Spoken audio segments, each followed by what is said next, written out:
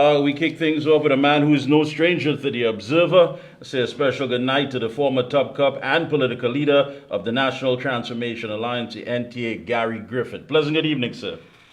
Hi, good evening. Yes, indeed. Oh, you sound a bit low there. I don't know if I... Yeah, okay, hold on a minute. Hear me better now? All right, wonderful. Yes, Okay, indeed. good. It's been a while. I know you've been quite busy. So much is taking place. We have the National Security Minister, Fitzgerald Hines, apologizing to the citizens of this Twin Island Republic, saying that, of course, to deal with the crime situation that has resulted so far 459 murders for the year. He said on behalf of those of us who behave in those ways, who choose crime in some cases as a business model, he apologizes to the rest of us, and he gives us the assurance that as Minister of National Security, we will continue to put the walls, put up the fences, and fight like hell to protect you from that. I don't know how basically to take this. I mean, after 8 years, after so many murders, so many mishaps, so many promises, and the fact that many of our citizens seem to feel as though they're under siege and are criminals in their own home, what say you about this comment? I think it is only because it is not a matter of so much grave concern. It is virtually comical that Fitzgerald Hines will be saying this. So you're apologizing for your incompetence, for your failure. As soon as you make that apology, you have now basically thrown in the towel and stated that I have failed. Your apology is significant in the fact that you have now finally admitted that you are not doing what is required. There's absolutely not a snowball chance in hell that there is something that he will be able to say or do that can make him think out of the box. The PNM has absolutely no one in the PNM in the hierarchy now that has the capability based on experience, qualification, training, or track record to deal with protecting citizens in this country. They don't know what to do.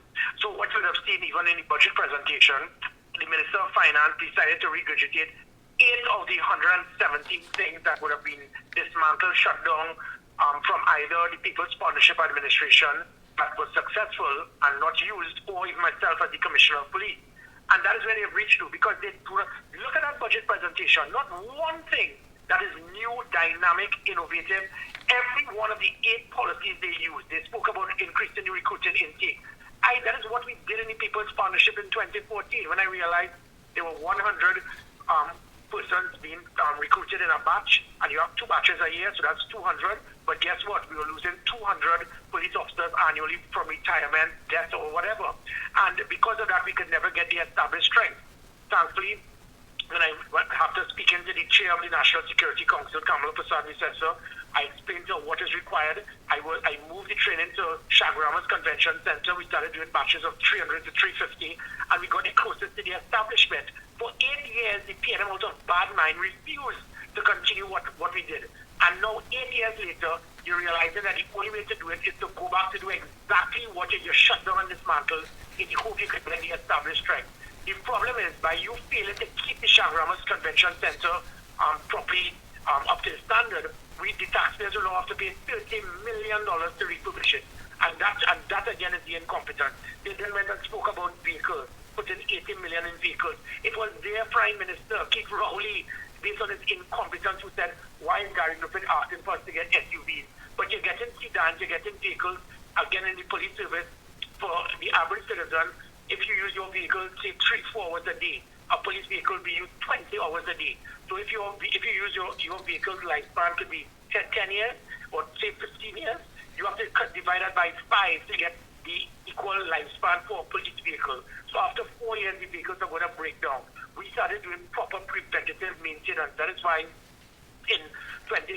under the People's Partnership and me as Commissioner, you have been seeing everywhere you turn high visibility or rapid response. People complain about too many blue lights. You're now coming back to do exactly what we did. Well, you spoke about and that's the thing about it, Mr. Griffith. I mean, basically thinking that here it is that we expect in the budget a layout of plans that would show that from many of the things that you may have presented and maybe have even made it better. But here it is, you have Mr. Hines telling us that there are 7 enduring threats against national security.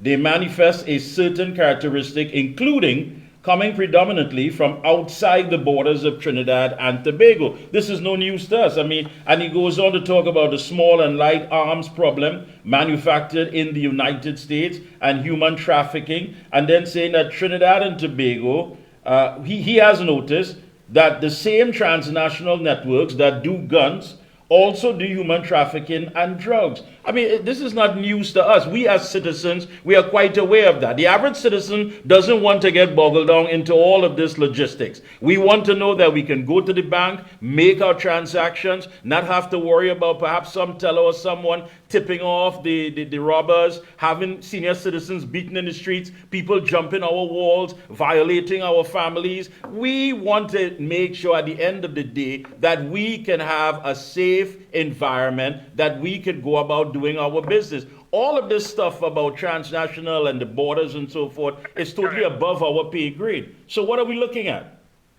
And you're correct, and that is that it was just a lot of old talk, rubbish of talk, stating what we already knew. We could actually go on CNN. We can turn on a newspaper, open a newspaper or watch the news to know the problems that exist in the country.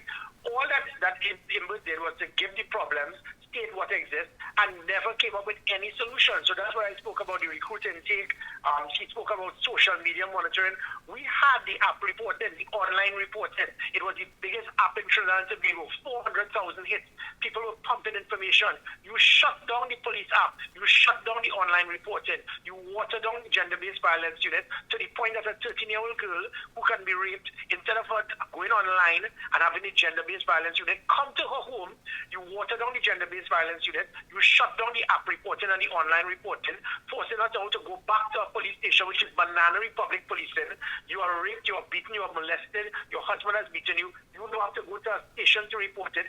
Very good chance the officer is close friends or knows the suspect. By the time you leave the station, you can very well now become targeted again.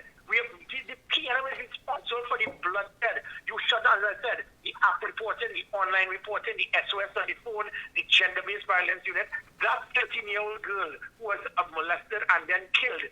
The PNM is at fault. They are responsible. We had opportunities to have persons, if you are raped, if your husband is beating you, we do it online. There's a degree of confidentiality. We understand the sensitivity.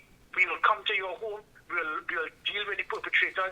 You remove all that. You then spoke about dam vessels. Okay, listen to what I just said. We put that dam vessel. We paid 1.2 billion under the People's Partnership. 1.2 billion less than 3 OPVs. You know, PNM love to talk about, they shut down the OPV. Well, listen, PNM fanatics. I want you to type after the show, BAE/corruption. You will find 17 countries sued BAE for paying kickback to government officials. So those OPVs they wanted, we were going to pay 2.4 billion. When as a security advisor, I did research, went to Colombia, Israel, and Korea, and they were giving us the same OPVs for 400 million. Instead, what I was able to acquire was the dormant vessels, 6 vessels with 2 utility vessels, to the same as the OPVs for 1.2 billion. Out of bad mind, the PNM refused to use these vessels for 8 years. And now Imbert is speaking about refurbishing these vessels after 8 years they didn't use it.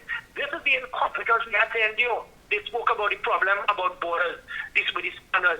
I acquired 2 mobile scanners, and for 2 years since I left, they've pulled the plug. This Trinidad and Tobago cannot be incompetent. There needs to be a deliberate link between the criminal underworld to those who make decisions. And you're right, and compounded with the fact that, all right, so there's a plan to triple the intake of police recruits in 2024, utilizing facilities outside of the police academy for recruit training, including the same Chaguaramas Convention Center and schools that you spoke about. My issue here, and many of us looking on, again, and I have to raise the issue of Fairfax County. We were told, and I understand something was sold to us as crime being a priority for a government that was in waiting. Coming into office, we've heard nothing more about the fact of this Fairfax County visit that the current Minister of National Security visited. And one of the things that was highlighted by Dr. Rowley is that they have less manpower, less officers. Now, in this go-over season, people are lining up to get a job. Hey, if I'm going to get a monthly check, fine. but do the individuals understand the responsibility that comes with the job besides the paycheck in a golfer season? Yeah, and you're correct, because bringing in 1,400 extra police officers, as nice as it would be, this is going to cost us hundreds of millions of dollars more annually in salaries and so forth. And is it going to be helpful? Possibly. But the point being, remember Trinidad and Tobago, 2 years ago, everywhere you turn, you were seeing a police officer. For the last 6 months, I don't think one citizen could say they have seen a police officer assisting in directing traffic to try to minimize the traffic congestion. We had a National Operations Center, an Operational Command Center, a Commissioner's Command Center, monitoring all of the traffic. If there's anytime there's traffic, we send police officers. We had police vehicles everywhere you turned. So it was the same number of police officers 2 years ago that we have now. So the important thing is not to increase quality, but to enhance quantity, but to enhance quality. And that is what is required. We needed to, 2 years ago, we made sure officers were accountable. We measured their performance. We made sure they came to work. We were able to monitor to see if the vehicles were actually patrolling in the right place, if they stayed in an area of responsibility. We had GPS tracking on the vehicles to make sure we monitor if they're going over the speed limit without a reason, how fast they got to a response. And it was less than 5 minutes, which is why, remember, Trinidad and Tobago, a few moments later wasn't a joke. It was my accident. You jump a wall, you raise someone's home. As soon as you jump back over the wall, we got your wicket. We put an end to kidnapping using the technology that was required. You shut down and dismantle every single thing. So for the 130,000 PNM people who voted for the PNM in local government election, thankfully 190,000 understood the bigger picture. But to the 130,000, you really wanted to blindly vote for a party that has deliberately failed, pull back, dismantle, shut down all the systems that made you feel safer 2 years ago, and you still want to blindly support a political party like this? You need to check yourself. Yeah, and we've been told time and time again that we are working and partnering with different, anti-crime units in North America and across the region. But again, when you talk about technology, and you've mentioned so many things, the most we've seen is someone's phone being retrieved that was a relative of a minister. Many of the technology and things that are laid out apparently are not working, or simply these units, as you said, have been dismantled. Yeah, because we were looking into the dark web. We were doing something known as predictive policing. When the audacity of this man, this Minister of Finance, speaking about working with our allies, it was the first time Trinidad and Tobago we were able to sign a bilateral agreement between Trinidad and Tobago Police Service and NYPD. By us doing that, we were able to bring in persons to train us to have a gender-based violence unit, to have what is known as a social media monitoring unit, because you have criminals and gangs and so forth that will boast about crimes committed, that will boast about crimes that will take place. And those things help us, known as predictive policing, stopping the crime. We were able to stop about 50 odd murders before it took place. So that's why in my last year, when it was 342 murders for a year, it was the lowest number of murders in Trinidad and Tobago's history in any given year for 17 years, because we put systems in place. You shut down all of that. You have not used the NYPD since. They were instrumental to help us, as I said, to form the gender-based violence unit that has now been virtually non-existent. The social media monitoring unit, training our police officers in customer service training, public relations, getting the public trust and confidence to increase to 55%. You remove all of that, yet have the audacity to speak about working with your international allies. Let me not even mention the technology that we use that put an end to kidnapping. It was the first time we were able to start pinpointing perpetrators who had victims, kick down the door, intercept the vehicles, and the kidnappers like, what the hell is going on here? How did they know that? We put an end to kidnapping because of that. You have shut down and dismantled the technology, the tools, the units, the systems, the policies, and now the country is drowning in blood. And I challenge any PNM supporter who voted for PNM or still thinking about voting PNM, please understand what I'm saying. Nothing is more important than your life. You can't be blindly voting for a political party when it is going to increase the chance of your wife being raped, your daughter being kidnapped, or your son being killed. And let me ask you this, Mr. Griffith. The Prime Minister made it quite clear after the budget there will be expected talks between the opposition, you yourself being part of the group. Is that still on, or basically what's happening? Well, the jury is still out. We will see whether it all comes to tools, political maturity. Kamala has shown that political maturity by looking at the bigger picture, just like myself, that the country cannot wait 15 months until the government changes, 15 or 16 odd months. We can't wait, because what is going to happen is that the country is going to continue to drown in blood. It is a fact. Again, I don't want to be political, but since 1991, every year that the PNM is in government, crime goes up, other than when I was commissioner. Every year that PNM is not in government, crime goes down. And so it has a lot to show that the catalyst for crime reduction has to do with the implementation of government policies. Yeah. Under the People's Partnership, crime went down every single year. As soon as the government changed, it has gone up every single year for 8 years, other than my period as Commissioner of Police in the last 18 months. Yeah. So if it is that we are willing to be mature because we are putting country first, we are being patriots before politicians, it remains to be seen whether Keith Rowley has the political maturity to do likewise. And finally, I guess you can finally put to rest this talk about those who say COVID played a part in the reduction of crime and not any of the things that you laid out to deal with it. Well, again, Karen Newell-Shell has proven to be probably the most incompetent, weirdest politician God has ever created. She has now joined Hope, and now she's going to Hope into Loop, because that is all she speaks about. I don't know if she has a top banker with Griffith, but her ignorance in law enforcement is unbelievable.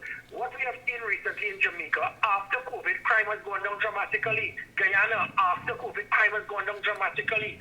And almost every city in North America, during COVID, crime went up, because if people do the research, there's a great chance that when you have a national pandemic or something along that line, businesses are going to close. When businesses close, what happens? People will lose their job. What happens? That means unemployment. You know, need money. Then that will turn to robbery and inflation and a byproduct, which is why in Guyana and Jamaica, crime actually went up, and after COVID, crime went down.